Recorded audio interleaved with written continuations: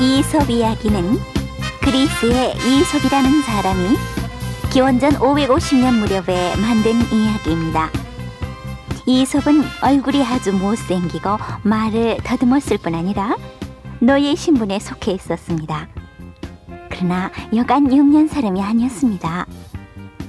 이솝은 나중에 노예 신분에서 벗어났는데 자기가 살아온 쓰라린 경험에서 우러나온 것을 기록한 것이 이 이야기입니다. 그러므로 이 이야기를 듣고 단지 재미있다든지 우습다고만 생각지 마셔요. 그 속에 숨겨져 있는 참다운 뜻을 깨달아야 합니다.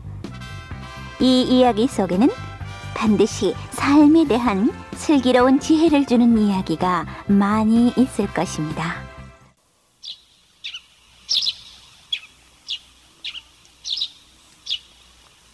개미와 배짱이. 무더운 여름날 온몸이 햇볕에 까맣게 탄 개미들이 땀을 뻘뻘 흘리며 일을 하고 있었습니다. 그런데 서늘한 풀잎그늘에서 흔들거리며 노래를 부르던 배짱이가 개미에게 말했습니다. 얘들아, 너희들은 이 즐겁고 좋은 날에 무엇 때문에 그렇게 힘든 일을 죽도록 하루 종일 하니? 우리는 추운 겨울에 먹을 양식을 준비하는 거야. 배짱이는 빙글거리며 개미를 비꼬았습니다. 겨울이 오려면 아직도 멀었단 말이야. 아니야, 그래도 지금 먹이를 충분히 준비해두지 않으면 안 돼. 미련한 개미들 같으니 온 천지에 먹을 것이 가득한데 그토록 서두르기만 하다니. 그러나 개미들은 배짱이의 비웃음에도 들은 척만 척 일을 계속했습니다. 이런 개미들을 보며 배짱이는 즐겁게 춤추며 노래를 불렀습니다. 어느덧 여름이 가고 가을이 왔습니다. 산과 들은 누렇게 물들고 날씨는 점점 추워졌습니다. 어이구, 추워. 벌써 겨울이 오는 건가? 배짱이는 추워서 오들오들 떨며 따뜻한 양지 쪽만 찾아다녔습니다. 그러나 본격적인 추위는 금방 닥쳐왔습니다. 큰일 났구나. 이러다가는 얼어 죽거나 굶어 죽겠는걸? 추위와 배고픔에 지친 배짱이는 할 수 없이 개미들을 찾아갔습니다. 개미님, 먹을 것을 나누어 줄 수 있겠습니까? 저는 지금 춥고 배가 고파 죽을 지경입니다. 먹을 것이라면 나누어 드리지요. 하지만 우리 집은 너무 좁아서 배짱이님을 재워드릴 수가 없군요. 하고 개미는 먹을 것을 나누어 주었습니다. 그러나 추위에 지친 배짱이는 개미가 나누어준 음식을 다 먹기도 전에 얼어 죽고 말았습니다. 내일이 있다고 오늘 할 일을 미루다가 결국 아무 일도 못하고 만다는 뜻이죠.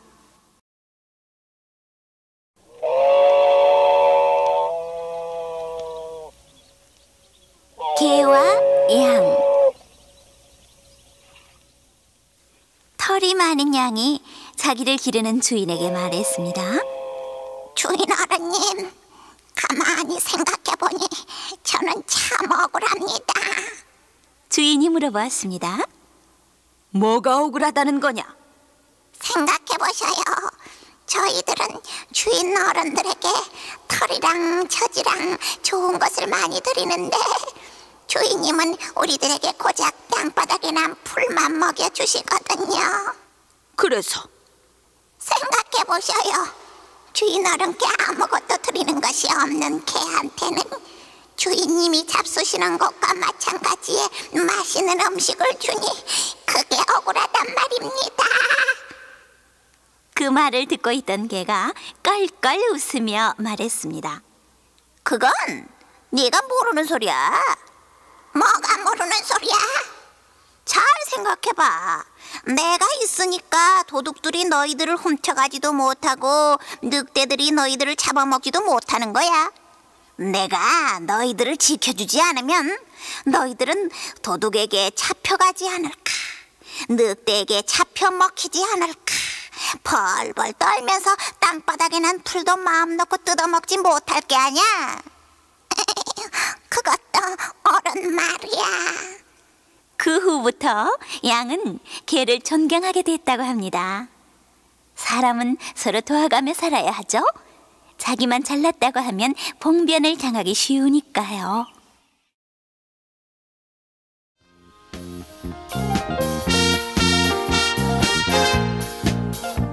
괭이를 잃어버린 농부. 어느 농부가 포도밭에서 괭이로 땅을 파고 있었어요. 잠깐 일이 있어서 갔다가 돌아와 보니 괭이가 없어졌습니다.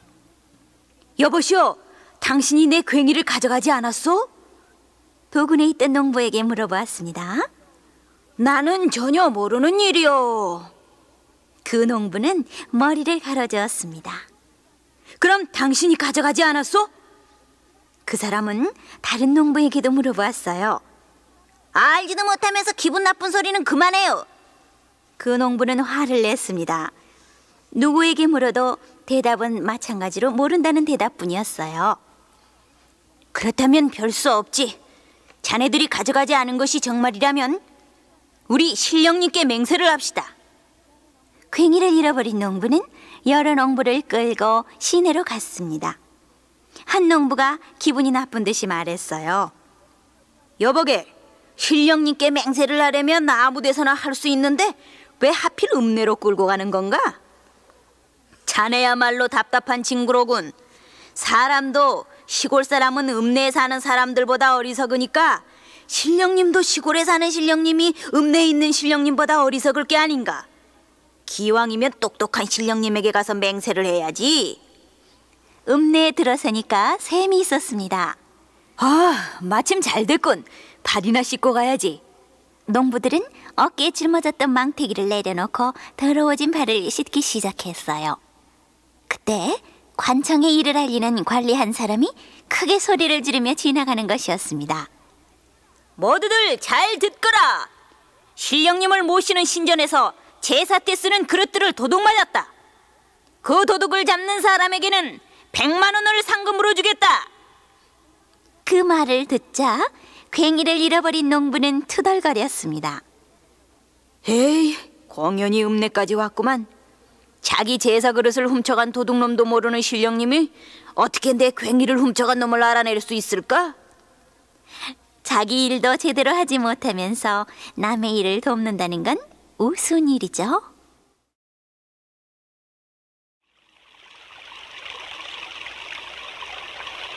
꽤 많은 당나귀.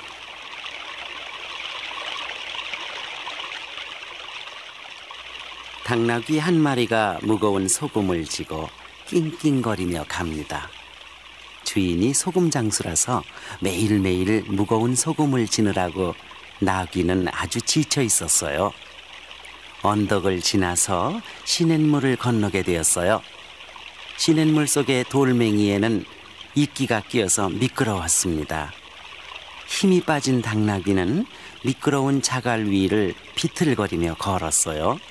그러다가 잘못하여 그만 시냇물 속에 풍덩 빠지고 말았습니다. 한참 후에 일어난 당나귀는 짐이 몹시 가벼워진 걸 알았어요. 등에 진 소금이 물에 녹은 것이죠. 그렇군. 시냇물 속에 빠지면 되겠구나. 꾀가 생긴 당나귀는 그 뒤부터 시냇물을 건널 때마다 일부러 쓰러지곤 했어요. 그때마다 소금이 물에 녹아서 등이 가벼워지곤 했죠. 아, 이게 이놈의 당나귀가! 주인은 화가 잔뜩 났습니다. 옳지. 네 놈이 한 번 넘어지더니 이젠 꾀가 생겼구나. 어디 보자. 주인은 곰곰이 생각한 그때 이번에는 솜을 당나귀 등에 잔뜩 지웠습니다. 그런 줄도 모르는 당나귀는 어서 빨리 시냇물로 가려고 부지런히 걸었습니다. 마침내 저만치 시냇물이 보였어요. 당나귀는 재빨리 시냇물로 뛰어들어 일부러 쓰러졌어요. 이젠 가벼워졌겠지. 당나귀는 일어서려고 했어요. 그런데 웬일일까요? 등의 짐은 몇 배나 무거워져서 도무지 일어날 수가 없었습니다. 빨리 일어나, 이 나쁜 당나귀야! 주인은 회초리로 사정없이 당나귀를 내렸습니다. 겨우 일어난 당나귀는 끙끙거리며 걸었습니다. 스스로 재주가 많다고 뻐기다가는 그 재주 때문에 자신을 망치게 됩니다.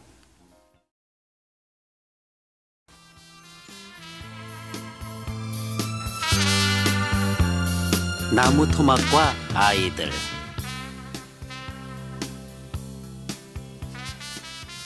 한 농부의 아들들이 매일같이 서로 싸우기만 하고 있었어요. 얘들아, 그렇게 밤낮 싸우기만 하면 어쩌니? 농부는 아이들을 간곡히 타일렀지만 아무리 해도 듣지 않고 역시 해만 뜨면 싸우는 것이었어요. 그래서 여러 가지로 생각한 끝에 이렇게 말했어요. 얘들아, 밖에 나가서 가느다란 나뭇가지를 몇 개 꺾어 오너라. 아이들은 아버지가 매를 때리려고 그러는 줄 알고 겁이 났어요. 그러나 아버지의 말을 거역할 수 없어 나뭇가지를 몇 개 꺾어 왔어요. 사실 농부는 그것으로 아이들을 때리려는 것이 아니었어요. 아버지는 몇 개가 되는 나뭇가지를 한데 묶어놓고 말했어요. 자, 이걸 꺾어보아라. 아이들은 번갈아 그것을 꺾어보려고 애를 썼어요. 그렇지만 아무리 애를 써도 그것은 꺾어지지 않았어요. 아버지, 아무리 해도 꺾어지지 않아요. 그렇다면 이렇게 해서 꺾어보아라. 농부는 한데 묶은 나무가지를 다시 풀어 나뭇가지 하나씩을 아이들에게 주었어요. 이까지 것쯤이야. 아이들은 그것을 아주 쉽게 꺾었어요. 그것을 보고 농부가 아들들에게 조용히 말했어요. 내 말을 잘 들어라. 너희들 형제가 힘을 합하면 나무를 한데 묶은 것처럼 꺾이지 않고 어려운 일을 당해도 쉽게 이겨낼 수 있지만 서로 싸움이나 하고 제멋대로 놀면 어려운 일을 당했을 때에 큰 어려움을 이기지 못할 것이다. 그러니 이제부터는 싸우지 말고 사이좋게 놀아야 한다. 그 이후 아이들은 싸우지 않고 의좋게 지내게 되었어요. 서로 힘을 합하면 어려운 일을 당했을 때 쉽게 극복할 수 있는 거죠.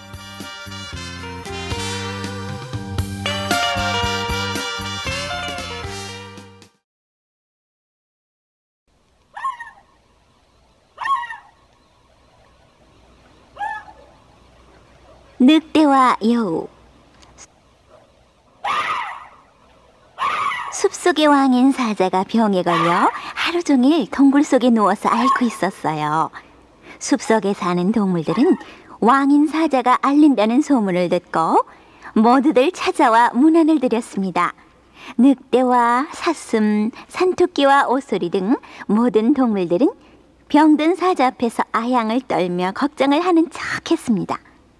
그러나 이런 일에는 제일 먼저 나타났던 여우가 웬일인지 보이질 않았습니다. 여우의 꾀에 여러 번 골탕을 먹었던 늑대가 좋은 기회가 왔다고 생각하여 병든 사자에게 여우의 잘못을 몽땅 일러 바쳤습니다. 그리고는 단정하듯이 말했어요. 아이고, 사자님, 여우란 놈이 아직도 나타나지 않는 걸 보면 그놈은 사자님을 숲속의 대왕님으로 생각하지 않는 것 같습니다. 아주 나쁜 놈이지요. 바로 이때 여우가 나타났습니다. 여우는 들어오는 도중에 늑대가 하는 말을 들었던 것입니다. 늑대의 말을 듣고 잔뜩 화가 난 사자는 벌컥 소리를 질렀습니다. 이놈 여우야, 너는 정말 괘씸한 놈이다. 여우는 얼른 대답했어요. 사자대왕님, 병문안을 빨리 오지 못한 건 정말 죄송합니다. 그렇지만 저는 그동안 놀기만 한 건 아닙니다.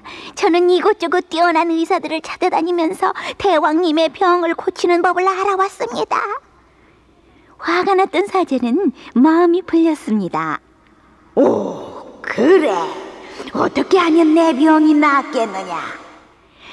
그건 늑대의 가죽을 산채로 벗겨서 아픈 곳에 붙이면 됩니다. 여우의 말을 들은 사자는 당장 늑대의 생가죽을 벗겼습니다. 남을 미워하고 모략하는 사람은 언젠간 자기 자신을 망치게 되죠.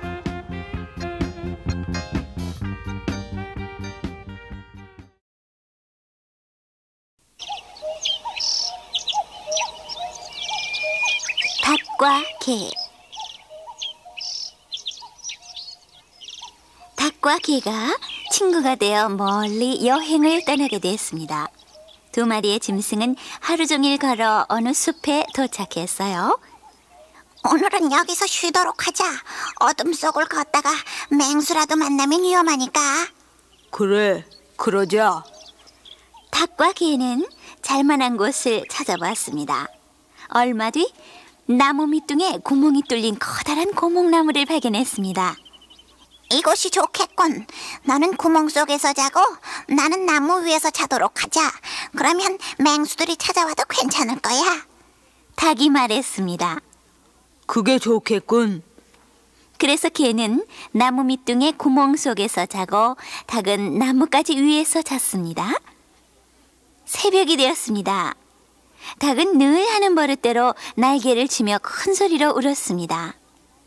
닭이 우는 소리를 듣고 꽤 많은 여우가 찾아왔습니다. 여우는 닭을 잡아먹으려고 한 가지 꾀를 생각했습니다.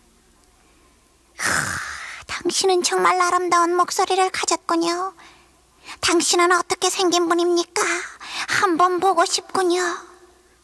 여우의 말에 닭이 대답했습니다. 그러셔요? 제 목소리를 칭찬해 주시다니 정말 고마워요. 그럼 제가 내려갈 테니 나무 밑둥에 구멍에서 자고 있는 문지기를 깨워주셔요. 여우는 닭의 말을 믿고 구멍 속에 머리를 넣어 문지기를 깨우려 했습니다. 그러자 닭 울음소리에 깨어있던 개가 와락 달려들어 여우를 물어 죽이고 말았습니다. 꾀가 제일이라고 믿다가는 큰 봉변을 당하죠. 누구나 그만한 자기 꾀는 가지고 있으니까요.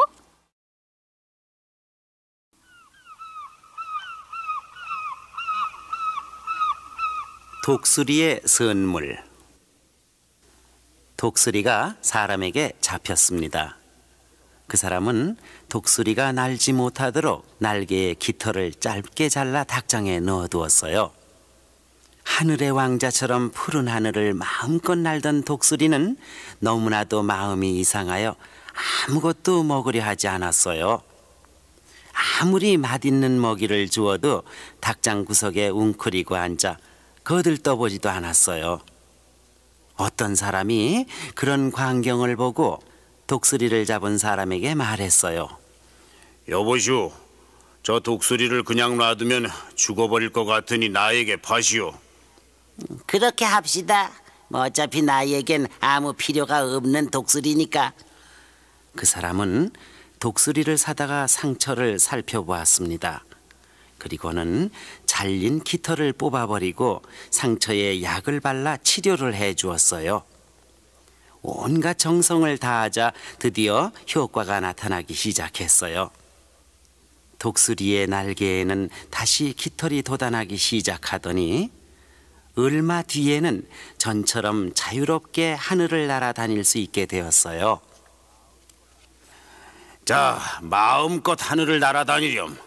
집안에 갇혀 있어서야 어디 독수리다운 아름다움이 있겠느냐. 독수리가 날 수 있게 되자 그 사람은 독수리를 숲속으로 돌려보내 주었어요. 마음대로 하늘을 날게 된 독수리는 자기의 상처를 치료해주고 숲속으로 돌려보내준 사람의 은혜를 잊을 수가 없었어요. 그래서 산토끼 한 마리를 잡아다 선물로 바쳤습니다. 여우가 이것을 보고 말했어요. 선물을 보내려면 처음 너를 잡은 사람에게 보내야 하지 않겠니? 그 사람이 너를 보면 이젠 아주 죽이려고 할 테니까 말이야. 하지만 두 번째 사람은 마음이 착하니까 선물을 보내지 않아도 상관없지 않겠어? 그러나 독수리는 여우의 말을 듣지 않았습니다. 어이구, 그건 안 돼. 은혜를 입고 살 수는 없어. 나쁜 사람은 되도록 피해야 하며 만약 은혜를 입었을 때에는 그 은혜에 반드시 보답해야 합니다.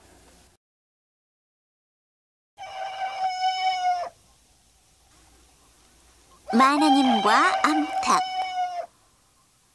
꼬꼬다 꼬꼬. 암탉이 크게 소리치며 둥지에서 뛰어내렸습니다. 아이고, 우리 집 귀여운 암탉이 또 알을 낳았구나.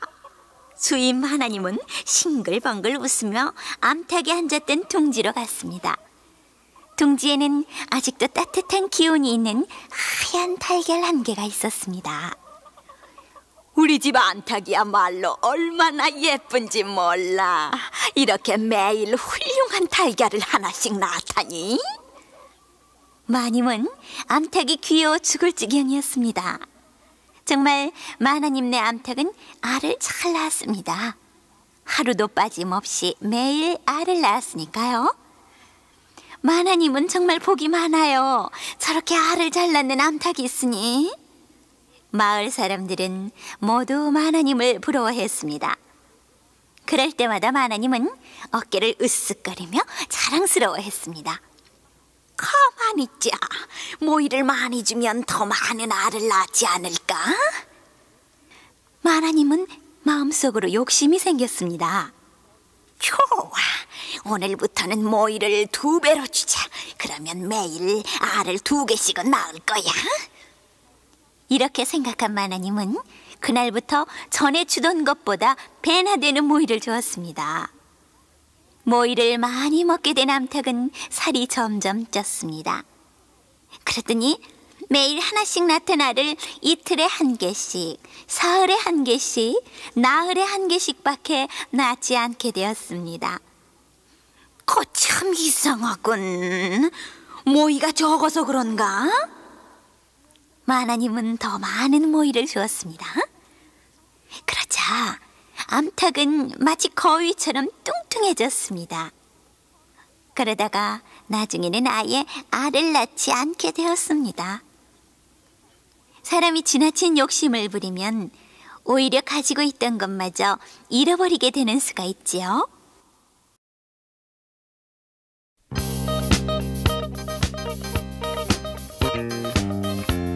마음씨 나쁜 염소. 어떤 사람이 당나귀와 염소를 기르고 있었습니다. 주인은 염소에게는 풀만 뜯어먹였지만 당나귀에게는 홍당무나 그 외에 맛있는 것을 많이 주었습니다. 염소는 그것이 부럽기도 하고 샘도 났습니다. 그래서 당나귀를 골려줄 작정을 하였습니다. 당나귀야, 넌 참 바보로구나. 염소의 말에 당나귀가 물었습니다. 내가 왜 바보지? 바보지 뭐야. 하루 종일 무거운 짐이나 끌며 고생을 하고 있으니까 말이야. 당나귀는 풀이 좀 주고 말했습니다. 하지만 주인이 시키는 걸 어떻게 하니? 염소가 말했습니다. 아무리 주인이 시켜도 일을 하지 않는 방법은 있어. 어떻게 일을 안 하니? 일부러 넘어져서 다리를 다치는 거야. 잠깐 동안은 무척 아프겠지만 다리가 병신이 되면 넌 한평생 일을 하지 않고 돈 먹고 살 수 있지 않겠니? 네 말도 맞는 것 같구나. 당나귀는 염소의 말을 그대로 믿고 일부러 넘어져서 다리를 다쳤습니다. 깜짝 놀란 주인은 가축병원에 가서 의사를 불러왔습니다. 선생님, 우리 당나귀가 다리를 다쳤는데 무엇을 먹여야 고칠 수 있겠습니까? 의사가 말했습니다. 이런 상처는 영양분이 많은 것을 먹어야 쉽게 낫습니다. 무엇이 영양이 많나요? 그야 염소의 허파가 그만이지요. 그걸 먹여보십시오. 주인은 즉시 염소를 죽이고 허파를 꺼내 당나귀에게 주었습니다. 남을 해치려고 하는 자는 언젠가 자기도 해를 입게 된다는 말입니다.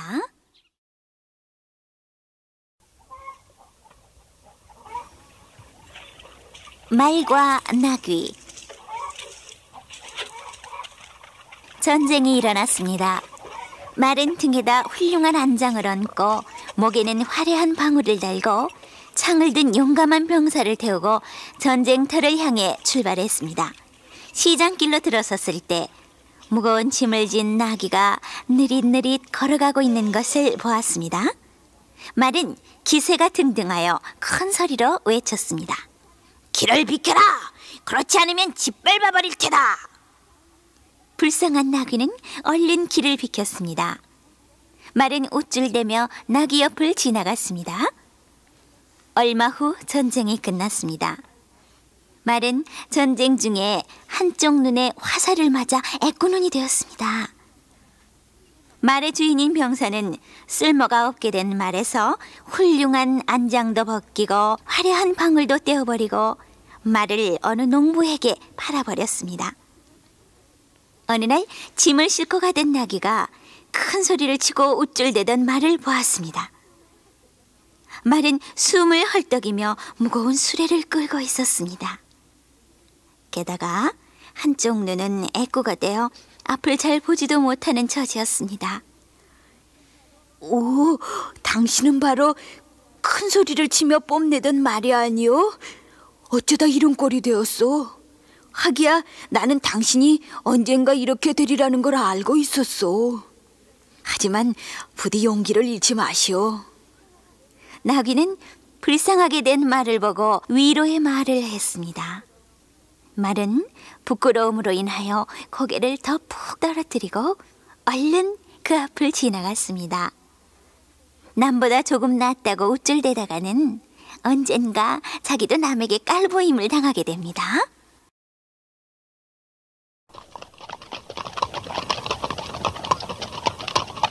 말과 멧돼지. 말과 멧돼지가 함께 살고 있었습니다. 말은 깨끗한 것을 좋아하고 멧돼지는 지저분한 것을 즐겼습니다. 이거야 원 지저분해서 있을 수가 있나? 멧돼지야, 좀 깨끗하게 지낼 수는 없니? 말이 멧돼지더러 좀 깨끗하게 해놓고 지내라고 했습니다. 무슨 상관이야? 어떻게 지내든 내 마음만 편하면 그만이야. 멧돼지는 말이 이래라 저래라 잔소리를 하는 걸 싫어했습니다. 말과 멧돼지의 먹이는 넓은 들판에 무성하게 자라는 풀이었습니다. 그런데 멧돼지는 그 풀밭에서도 제 마음대로였습니다. 한 곳에서만 풀을 뜯어먹는 것이 아니라 여기저기 다니며 풀을 뜯다가는 마구 짓밟고 더럽혔습니다. 골짜기에 물을 마실 때에도 물속에 들어가 첨벙거리기 때문에 물을 더럽게 했습니다. 깨끗한 것을 좋아하는 말은 드디어 참을 수 없게 되어 멧돼지를 혼내주기로 작정했습니다. 말은 사냥꾼을 찾아갔습니다. 그리고 멧돼지를 혼내주는데 힘을 빌려달라고 했습니다. 사냥꾼은 쾌히 승낙했습니다. 좋아, 내가 네 소원을 들어주기로 하지. 그 대신 너는 입에 재갈을 물고 나를 태워줘야 돼. 좋아요, 그렇게 합시다. 말도 승낙했습니다. 사냥꾼은 말을 타고 멧돼지를 쫓아가서 창으로 멧돼지를 찔렀습니다. 멧돼지는 창에 찔려 죽으면서 말에게 소리쳤습니다. 이 비겁한 말아, 나는 너 때문에 죽지만 너는 영원히 노예가 될 거야. 멧돼지의 말대로 사냥꾼은 말을 놓아주지 않았습니다. 자갈을 물린 채로 마구간으로 끌고 가서 고삐를 메고 마음대로 부려먹었습니다. 친구를 못 살게 하기 위해 다른 사람과 손을 잡으면 자신도 언젠가는 못 살게 되고 말죠.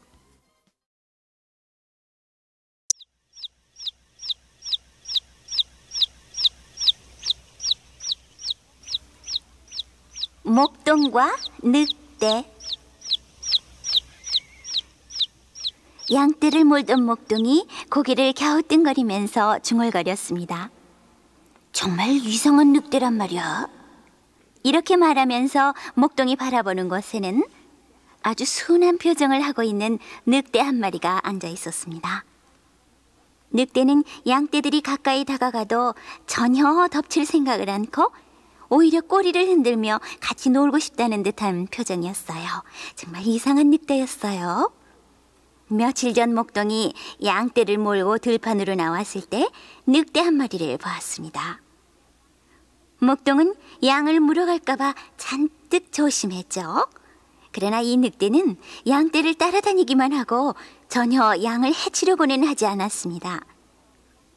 그 뒤에도 양떼가 있는 곳마다 졸졸 따라다니며 오히려 양들이 웅덩이나 절벽 쪽으로 가면 위험하다는 듯이 안전한 곳으로 몰아주곤 했습니다. 혹시 저 늑대는 양을 지키라고 사람이 길들인 것이 아닐까? 마침내 목동은 늑대를 미워하고 경계하는 마음이 사라졌습니다. 목동과 늑대는 점점 친해졌어요.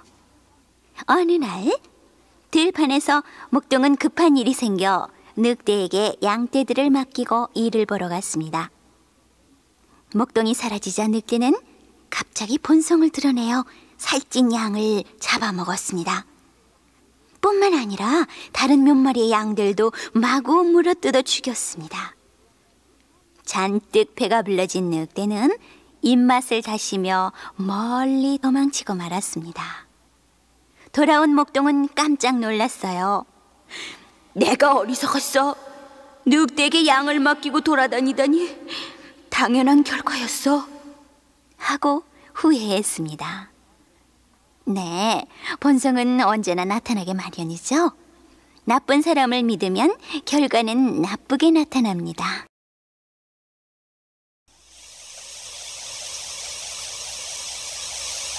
비겁한 여우. 사자와 당나귀와 여우가 서로 친하게 지내기로 하고 사냥을 하러 떠났습니다. 얼마 동안은 사이좋게 갔죠. 그런데 어느 숲속에 들어가자 사자는 본색을 드러냈습니다. 이놈들, 고생스럽게 사냥을 하는 것보다는 너희들을 잡아먹는 편이 더 좋겠다. 사자가 이렇게 소리치며 덤벼들자 여우가 두 손을 싹싹 비비며 애걸했습니다. 아이고, 사자 임금님, 제 말씀을 좀 들어보셔요. 이제 와서 무슨 말을 하겠다는 거냐? 여우는 사자 귀에 입을 갖다 대고 당나귀가 듣지 못하게 속삭였습니다. 임금님께서 저를 살려주시면 당나귀를 함정에 빠뜨려서 잡아먹게 해드리겠습니다.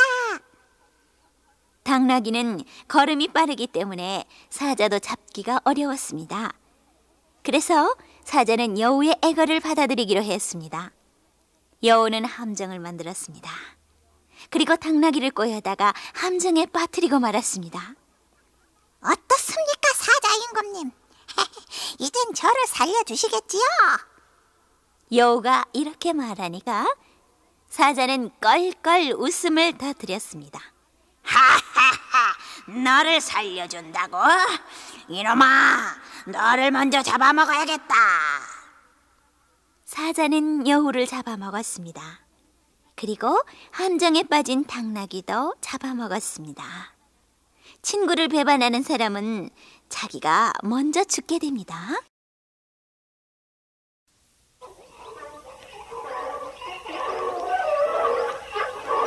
사자와 멧돼지. 햇빛이 쨍쨍 내리쬐이는 여름날이었습니다. 너무나도 더워 숲속에 사는 동물들은 모두 더위에 지쳐 헐떡거렸습니다.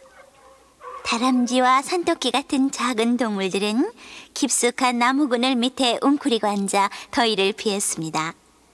사자와 멧돼지, 곰같이 몸이 큰 동물들은 햇빛을 흘겨보며 그늘을 찾아 이리저리 옮겨 다녔습니다. 그래도 햇빛은 너무나 뜨거워 살갗을 태워버릴 지경이었어요.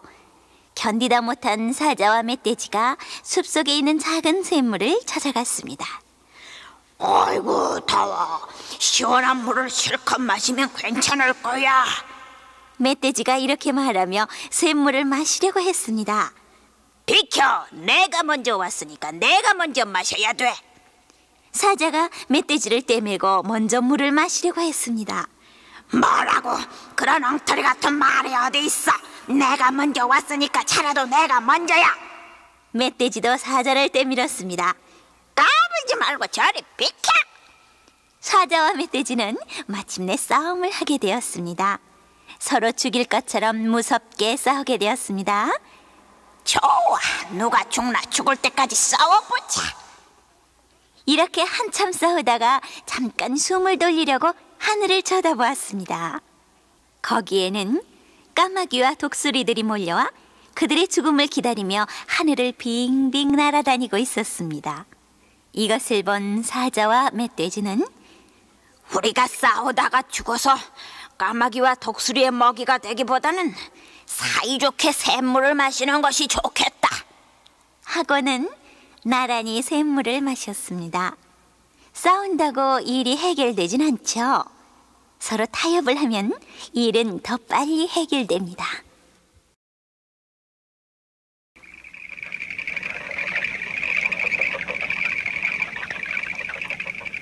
어리석은 개구리.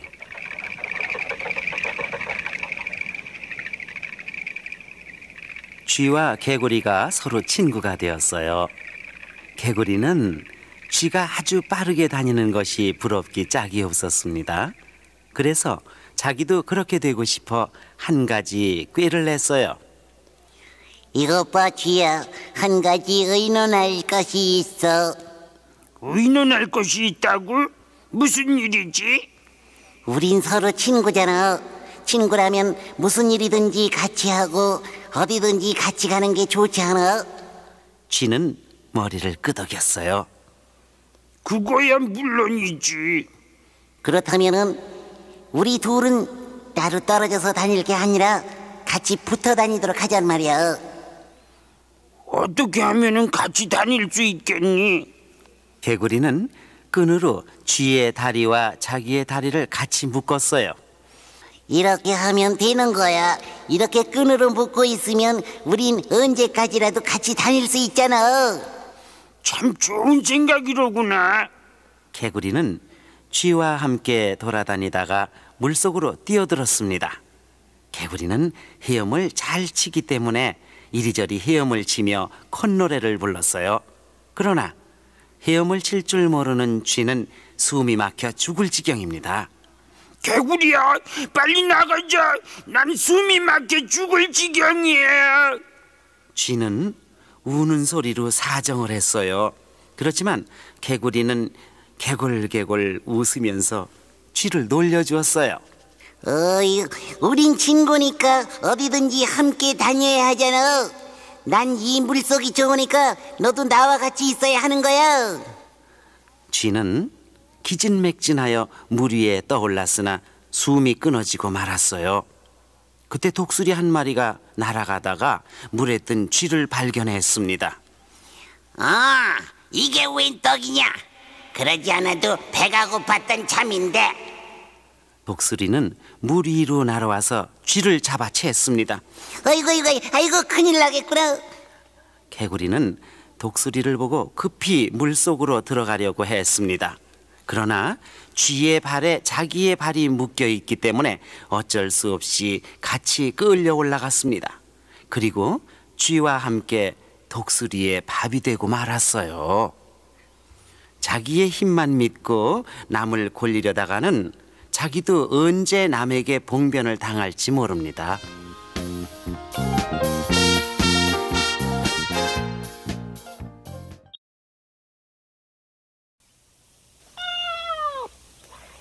어리석은 여우. 숲속을 지나가던 고양이가 여우를 만났어요. 안녕하세요, 여우님. 고양이로구나. 여우도 아는 척했어요. 어딜 가는 길이니? 여우가 고양이에게 이렇게 물었어요. 그냥 심심해서 놀러 나왔어요. 너 그렇게 돌아다니다가 무서운 짐승이라도 만나면 어쩌려고 그러니? 무서운 짐승이요? 고양이는 깜짝 놀라 사방을 두리번거렸어요. 이런 모습이 우스워 여우는 깔깔거리며 웃었습니다. 너는 무척 겁장이로구나. 지금은 아무것도 없으니 겁낼 필요가 없어. 고양이는 그제야 한숨을 내쉬었어요. 아이고, 난 깜짝 놀라. 아직도 가슴이 두근거려요. 여우가 뽐내며 고양이에게 물었습니다. 고양이야, 너는 무서운 짐승을 만났을 때 도망가는 법을 알고 있니? 나는 한 가지 방법밖에 몰라요. 여우는 불쌍하다는 투로 말했어요. 정말 가엾구나. 도망가는 재주가 한 가지밖에 없다니. 그래서야 무서운 짐승을 만나면 잡아먹히기 꼭 알맞지. 어머, 그럼 여우님은 몇 가지 재주를 가지고 있는가요? 그걸 말이라고 하니 난 방법이 너무 많아서 셀 수가 없을 정도지. 그렇게 많아요? 여우는 우쭐대며 말했어요. 그래, 그러니까 지 아무리 사나운 짐승이라도 나를 잡을 수는 없어. 여우는 으스대며 고양이 앞을 왔다 갔다 했어요. 그때 갑자기 무서운 사자 한 마리가 여우와 고양이를 덮쳤어요. 한 가지 방법밖에 모르는 고양이는 재빨리 나무 위로 올라가 피했습니다. 그러나 큰 소리를 치던 여우는 어쩔 줄 모르고 당황하다가 사자에게 먹히고 말았어요. 여러 가지 재주를 조금씩 아는 것보다는 한 가지 재주라도 남보다 뛰어나면 그것이 더 훌륭하다는 말이죠.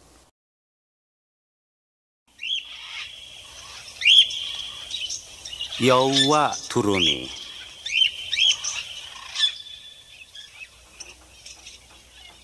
숲속에 여우가 통나무로 집을 짓고 살았어요. 그리고 강가에는 두루미가 갈대로 집을 짓고 살았습니다. 어느 날 여우가 두루미를 찾아와서 자기 집으로 초대를 했어요. 두루미님, 맛있는 음식을 장만했으니까 오셔서 많이 잡수세요. 어머, 고마우셔라. 사양하지 않겠어요. 두루미는 여우를 따라갔습니다. 그런데 여우는 납작한 접시에 국을 담아서 두루미에게 먹으라고 내어놓았어요. 여우는 그 접시에 담긴 국물을 맛있게 먹었습니다. 그러나 두루미는 부리가 뾰족해서 접시에 담긴 국을 한 방울도 먹을 수가 없었어요. 여우는 접시에 담긴 국을 홀짝홀짝 마시며 말했습니다. 두루미님, 국을 싫어하시는 모양이죠? 나는 참 맛있는데. 그리고는 두루미 앞에 놓인 국마저 홀짝 먹어버렸어요. 쫄쫄 굶은 두루미는 그냥 나올 수밖에 없었어요. 며칠 후 두루미는 여우를 찾아갔습니다. 지난번에 초대해 주셔서 고마워요. 이번엔 제가 초대하겠어요. 그거 좋지요. 저도 사양하지 않겠습니다. 여우는 입맛을 다시며 두루미를 따라갔어요. 두루미는 목이 좁고 긴 병에다 맛있는 고기를 넣어서 여우에게 주었어요. 두루미는 긴 주둥이를 병 속에 넣고는 그 속에 든 고기를 맛있게 먹었습니다. 정말 맛있는 고기예요. 둘이 먹다가 한 사람이 가버려도 모를 정도로 맛이 좋군요. 여우는 아무리 애를 써도 병 속의 고기를 꺼낼 수가 없었어요. 여우님, 고기를 싫어하시나 보군요. 그렇다면 제가 대신 먹겠어요. 정말 맛있군요. 두루미는 여우 앞에 놓인 병 속의 고기도 모두 먹어버리고 말았어요. 남을 골탕 먹이면 자기도 언젠가는 골탕을 먹기 마련이죠.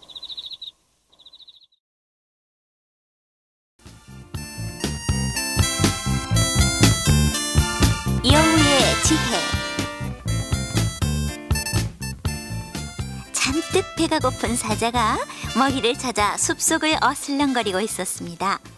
이때 어디선가 동물의 발자국 소리가 들렸습니다. 사자는 가만히 엎드려서 그 짐승이 다가오기를 기다렸습니다.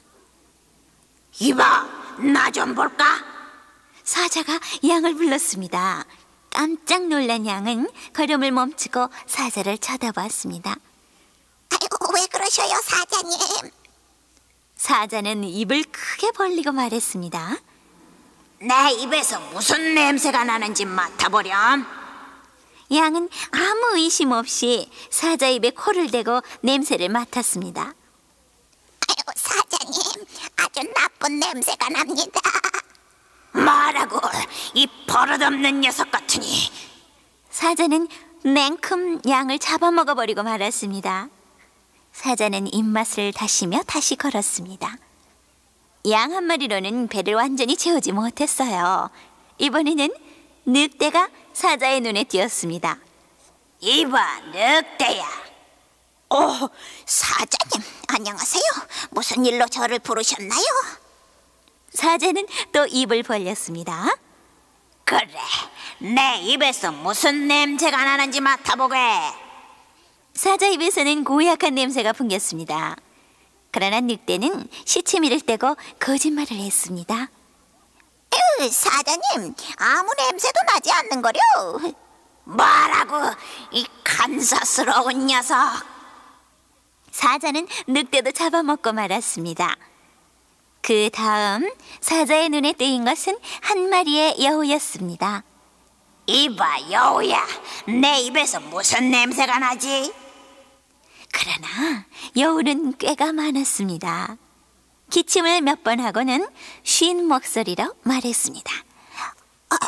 사자님, 저는 지금 지독한 감기에 걸려 냄새를 맡을 수가 없습니다.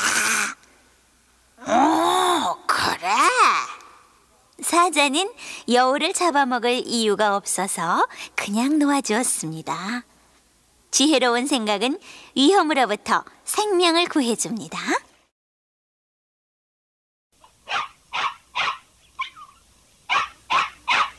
욕심 많은 개. 고기를 문 개가 다리를 건너가고 있었습니다. 다리 한가운데 멈춰서서 개울물을 내려다보니까 그 물속에 고기를 문 개 한 마리가 보입니다. 저 개가 가진 고기도 빼앗아 먹어야겠다. 이렇게 생각한 개는 물에 비친 제 그림자를 향해 거칠게 짖었습니다. 망! 그랬더니 그만 입속에 물고 있던 고기가 물속에 떨어지고 말았습니다. 사람이 지나친 욕심을 부리면 오히려 갖고 있던 물건까지 잃어버릴 수가 있다는 말입니다.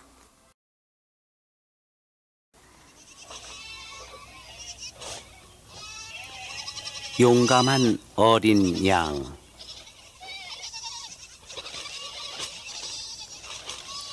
양떼들 속에서 떨어져 나온 아기 양 한 마리가 있었습니다. 너무나도 따뜻한 날씨와 푸른 잔디에 이끌려 혼자 아장거리며 길을 나선 것이죠.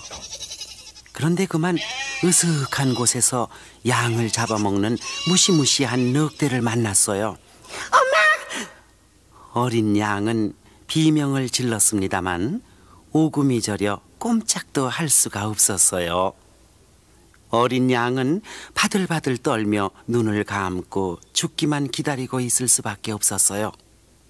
그러나 늑대는 방금 배불리 먹고 오는 길이어서 어린 양을 잡아먹고 싶은 생각이 조금도 없었어요. 그래서 어린 양에게 3가지만 묻기로 했습니다. 만약 바른대로 말을 하면 살려주고 거짓말을 하면 죽여버릴 생각이었어요.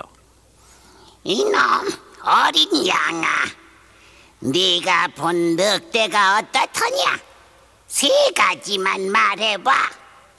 늑대가 말했습니다.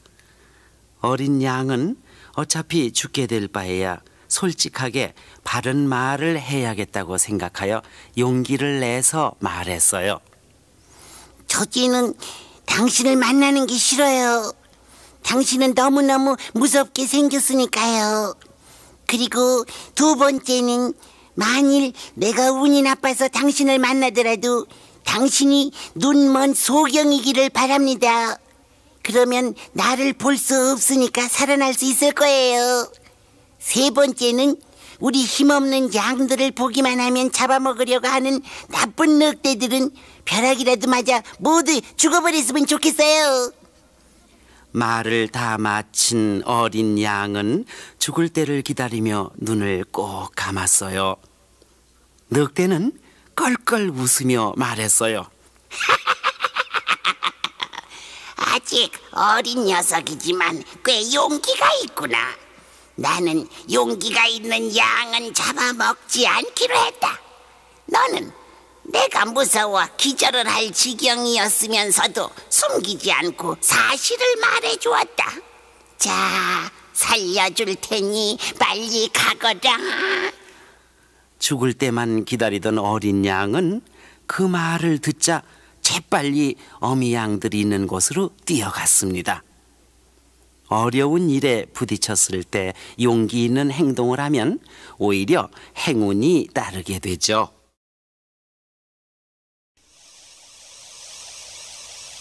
임금님 황새. 연못 속에 수많은 개구리들이 살고 있었어요. 개구리들은 마음대로 뛰놀며 자유롭고 즐거운 나날을 보내고 있었습니다. 그런데 개구리들은 자기들의 임금님이 없는 것이 불만이었어요. 그래서 하나님에게 개구리들의 임금님을 보내달라고 애원했습니다. 하나님은 개구리들이 어리석은 줄 알고 큼직한 나무 토막 1개를 던져주었습니다. 철썩하고 나무 토막이 연못 위에 떨어지자 벼락치는 것 같은 소리가 났어요. 개구리들은 깜짝 놀라 모두들 늪 속에 숨었다가 한참 후에 살그머니 나무 토막을 살펴봤습니다. 그러나 나무 토막은 움직이지 않고 가만히 있었습니다. 개구리들은 살금살금 다가와서 나무 토막을 건드려 보다가 나중에는 나무 토막 위에 올라앉아 놀기도 했습니다. 아이고, 이런 임금님은 싫어. 맞았어, 꼭 바보 같아. 개구리들은 나무 토막을 임금님으로 모시게 된 일을 아주 부끄럽게 생각했습니다. 개구리들은 다시 하나님에게 애원을 했습니다. 하나님, 제발 잘생기고 용감한 임금님을 보내주셔요. 하나님은 개구리들의 소원대로 이번에는 늘씬하고 잘생긴 황새를 임금님으로 보내주셨습니다. 야, 우리 임금님이 최고다. 개구리들은 모두 새 임금님을 환영했습니다. 그런데 큰일이 생겼어요. 황새는 긴 부리를 이용하여 개구리들을 한 마리 한 마리씩 잡아먹는 것이 아닙니까? 그래서 얼마 후에 연못에 있던 개구리는 모두 황새의 먹이가 되고 말았습니다. 자유라는 것은 가장 소중한 권리입니다. 보다 더 나은 것을 갖고 싶어 하다가는 큰 위험을 만나게 되죠. 전나무와 딸기나무.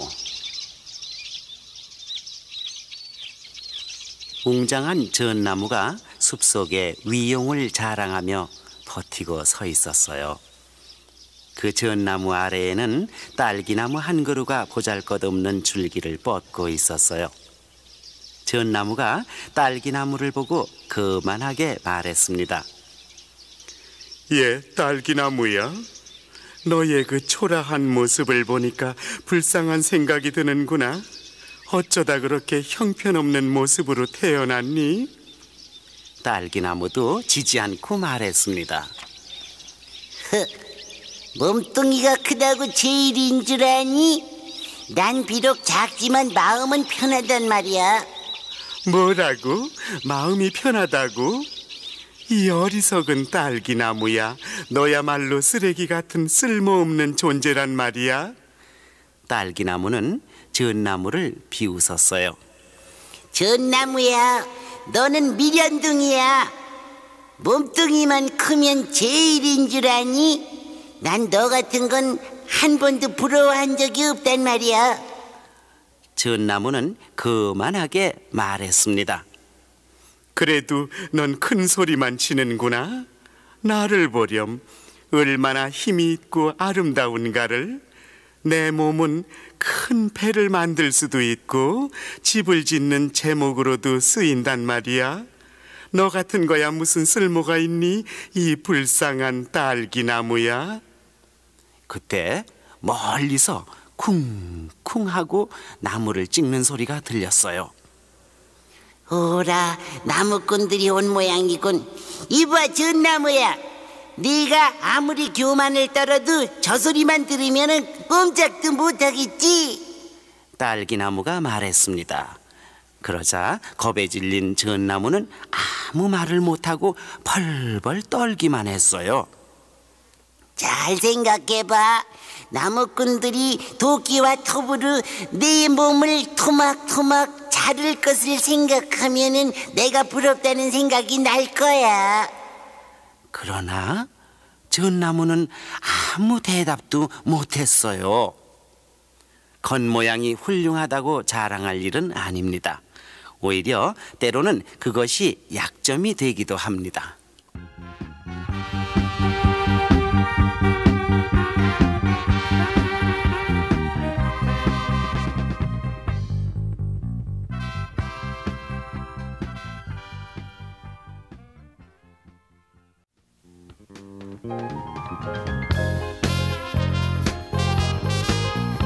화를 잘 내는 부인. 화를 잘 내는 부인이 있었어요. 어찌나 화를 잘 내는지 온종일 웃는 얼굴을 보기가 힘들 지경이었습니다. 아내의 화가 난 얼굴에 짜증이 난 남편이 참다 못해 아내를 타일렀어요. 여보, 제발 화를 내지 말고 즐겁게 삽시다. 그랬더니 아내는 또 화를 벌컥 내는 것이었어요. 아니, 그럼 나더러 매일 히덕거리며 바보같이 거리를 돌아다니라는 거예요? 이렇게 아무것도 아닌 일에 부인은 화를 내었습니다. 참다 못한 남편이 부인더러 친정에 다녀오라고 했어요. 그건 아내가 자기한테만 그렇게 화를 내는지, 그렇지 않으면 다른 사람에게도 화를 잘 내는지 알아보기 위해서였습니다. 그러나 친정에 다니러 간 아내는 며칠 지나지도 않아 되돌아왔습니다. 남편이 궁금하여 물었어요. 아니, 오랜만에 다니러 간 친정인데 푹 쉬다 오지 왜 이렇게 빨리 왔어? 그랬더니 부인은 또 화를 내었습니다. 그럼 나더러 아주 친정에서 살라는 말인가요? 아유, 그런 게 아니오. 한데 친정에 가니까 모두들 반가워합디까? 아내는 볼멘 소리로 대답했어요. 양치는 아이들과 소몰이 목동들까지도 싫어했어요. 그래서 일찍 돌아올 수밖에 없었어요. 남편이 웃으면서 말했습니다. 그것 보시오. 아침 일찍 나갔다가 밤늦게 돌아오는 그 사람들도 당신의 화를 내는 얼굴을 보기 싫어하는데 하루 종일 당신과 같이 있는 나는 어떨지 생각해 볼 필요가 있지 않겠소? 네, 즐거운 표정은 여러 사람들의 환영을 받습니다.